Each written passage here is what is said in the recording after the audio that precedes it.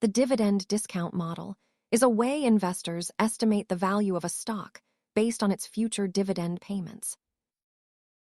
It is essentially a method for determining if a stock is fairly priced compared to the cash it pays to shareholders.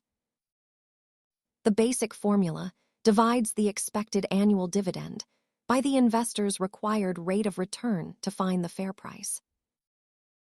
This model relies on the assumption that a company will keep paying and growing its dividends for a very long time.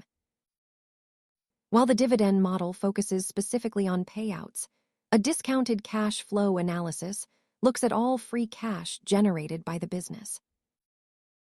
Even small increases in annual dividends can significantly change the calculated value of a stock over several years.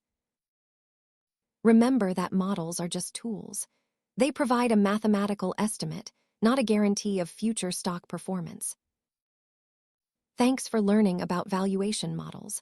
Please like and subscribe for more basics on how markets work.